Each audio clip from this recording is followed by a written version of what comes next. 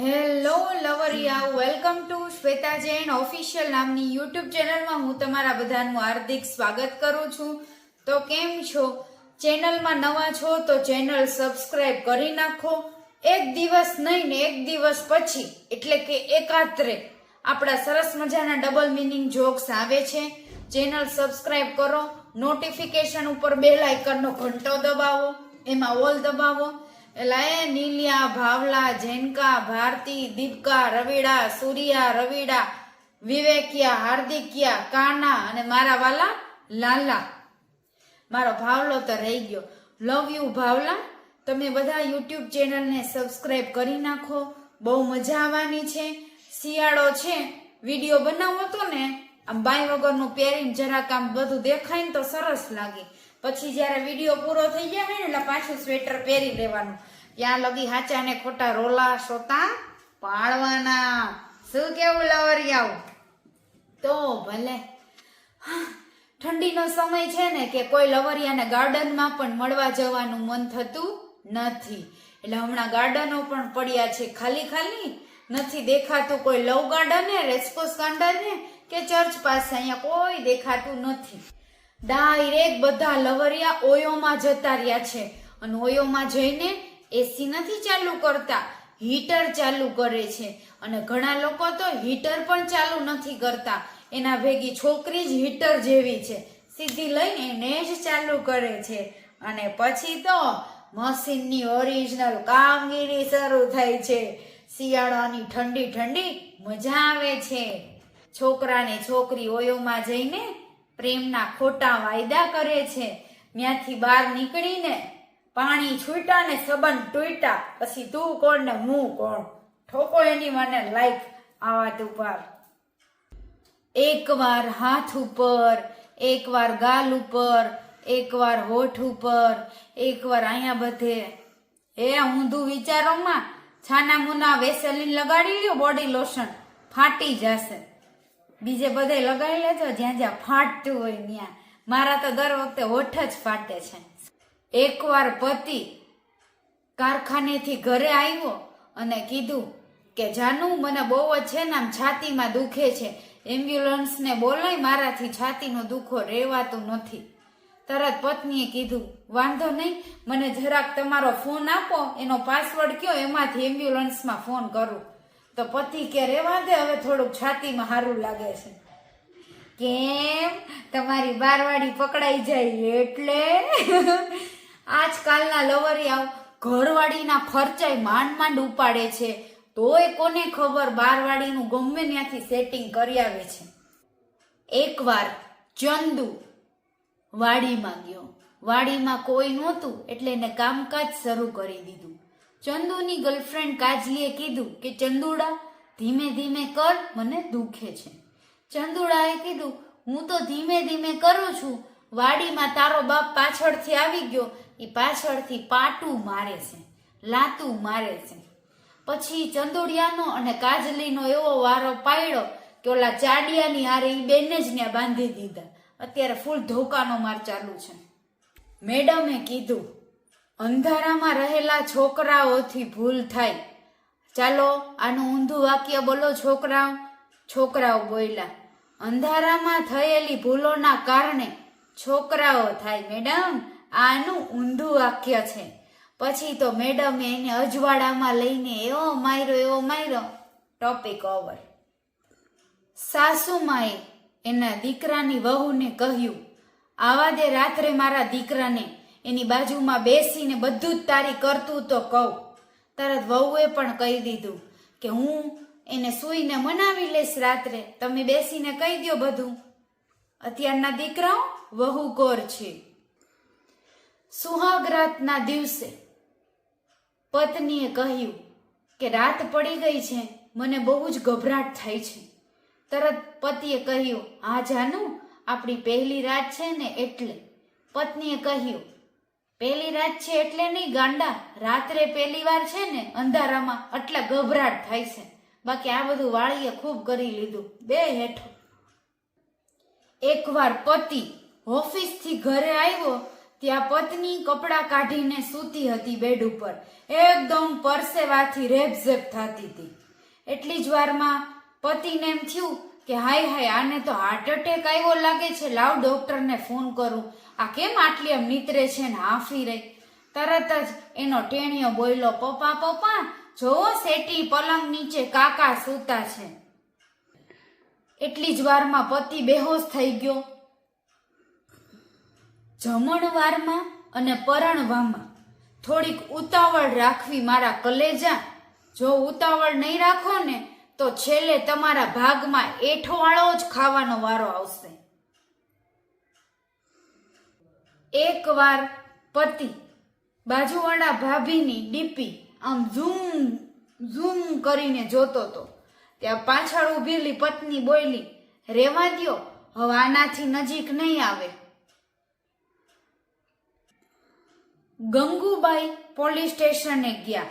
એને કીધું, પોલીસ, આજે 3 ડાકુ મારા ઘરમાં ઘૂસી ગયા અને એને મારી ઇજ્જત લૂંટી લીધી. પોલીસે કીધું કે તો તમે એ 3 ડાકુને પકડી કેમ ન રાખ્યા? તમે એને રોક્યા નહીં? હે? તો ગંગુબાઈ બોલ્યા કે મેં તો એને બહુ રોક્યા, પણ એ 3 ડાકુ એમ બોલ્યા કે ગંગુબાઈ અમને જવા દ્યો, હવે અમે બહુ થાકી ગયા છીએ. એટલે ગંગુબાઈને જ હરખ હતો.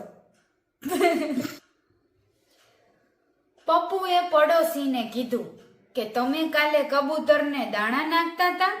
પડોશીએ કીધું, ના ના, કેમ, શું થયું? તો કે ના, આ તો કાલ રાત્રે આનો અવાજ આવતો હતો એટલે પૂછ્યું. એકવાર ભાવલાએ ભગવાનને પૂછ્યું, હે ભગવાન, તમે કેમ મારું સાંભળતા નથી?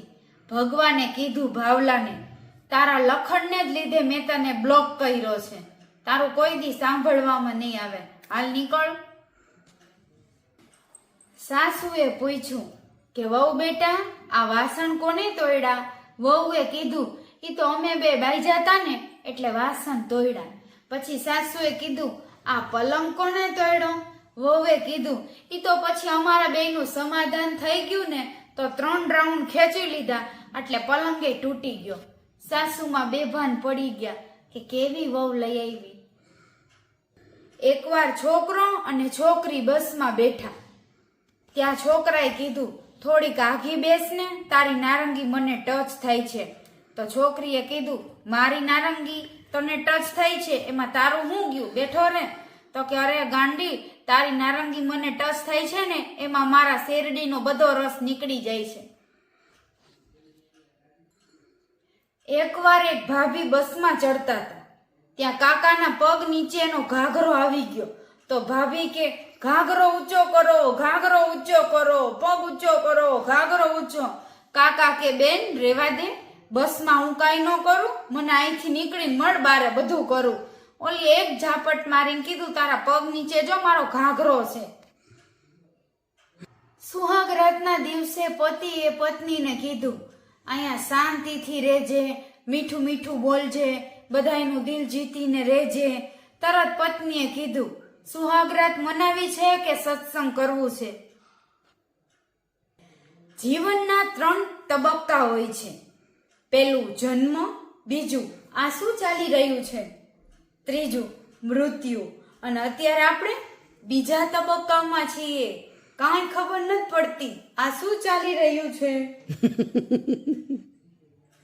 ભૂરાએ એક છોકરીને પૂછ્યું કે તું હલાવાના કેટલા લેશ? તરત જ છોકરીએ કીધું, 500 રૂપિયા લઉં છું. કેમ? ભૂરાએ કીધું, ના ના, કાંઈ કામ નથી મારે તારું, આ તો હું જોઉં છું કે મેં આજ સુધી કેટલા રૂપિયાની બચત કરી. આપણે હાથ લારી જિંદાબાદ.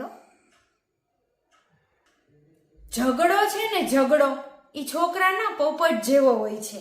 જેમ પંપાડો ને એમ મોટું સ્વરૂપ ધારણ કરે. ઇંગ્લિશના ગ્રામર ટીચરે સ્ટુડન્ટને પૂછ્યું કે મોહન મારું દૂધ પીતો નથી, આમાં મોહન શું છે? ઇંગ્લિશ કરી બતાવો. તરત જ સ્ટુડન્ટોએ કીધું, આમાં મોહન ઘેલ સફો છે, એકવાર અમને મોકો આપો. પ્રેમ કરવો પાપ નથી, પ્રેમ કરવો પાપ નથી, પણ દર વખતે જ્યારે મળવા જાઉં ને ત્યારે ચોકલેટની બદલે ચોકલેટ ફ્લેવર લઈને જાઉં ને એ પાપ છે. 8-10 દારૂના પેક ભરી ભરીને પીવા વાળા ડોક્ટરને એમ પૂછે, ડોક્ટર સાહેબ આ 2 ગોળી મને ગરમ તો નહીં પડે ને? હવે ઘેલ સફા છાનો મૂનો પી જાને. રાજકોટમાં એક 32 વર્ષનો યુવક બેરોજગારીથી કંટાળીને પંખા ઉપર રસ્સી લટકાડીને પંખો નીચે ઉતારીને પંખો વેચી દીધો, રોકડા પૈસા ઊભા કરી લીધા. રાજકોટના છે એમ આપઘાત થોડા કરે, ભાગો. હેલો લવરિયાઓ, બધા સ્કૂટર બનાવવા વાળામાં એક લૂના વાળો જ સમજદાર હતો.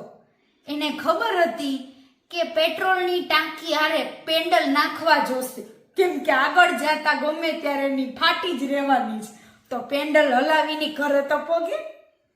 લ્યુના સરસ ગાડી હતી. અત્યારે ધક્કા મારવા પડે, વાહેથી આમ એક પાટું મારીને ઘરે લઈ જવા પડે. ઘણીવાર મારે પણ એક્ટિવામાં પેટ્રોલ થઈ રહ્યું હોય ને તો ઘણા છોકરા પગેથી પાટું મારીને ઘર લગી મૂકી જાય અને રસ્તામાં 100 રૂપિયાનું પેટ્રોલ નખાવતા આવે. મને 2 લોકો ઉપર બહુ જ હસવું આવે. એક તો કે જેને દાઢી ના હોતી હોય તોય રાખે, અને બીજું બોલ ના હોય તો પણ બોડીસ પહેરે. તો લવરિયા, આજ માટે આટલા જ જોક્સ રાખો. હું ગઈ છું હવે થાકી. ચેનલને કરો લાઈક, શેર અને સબસ્ક્રાઈબ. મારે તમારા માટે બહુ જ સરસ જોક્સ લાવવા પડે છે. આમાં તો 2 ફામ 4 ઘાણ ને 4 કટકા લખ્યા હોય, પણ મારે મારી રીતે એમાં કાપાકૂપ કરીને થોડાક આપણી મર્યાદામાં રહે ને એવા વાંચવા પડે છે. તો ચેનલને લાઈક, શેર અને સબસ્ક્રાઈબ કરો, એના ઘંટડા દબાવો અને સરસ રીતે રહ્યો. Love you, bye. Radhe Radhe. Radhe Radhe. જય શ્રી કૃષ્ણ. જય માંધાતા. સલામ વાલેકુમ. ખુદા હાફિઝ. Take care.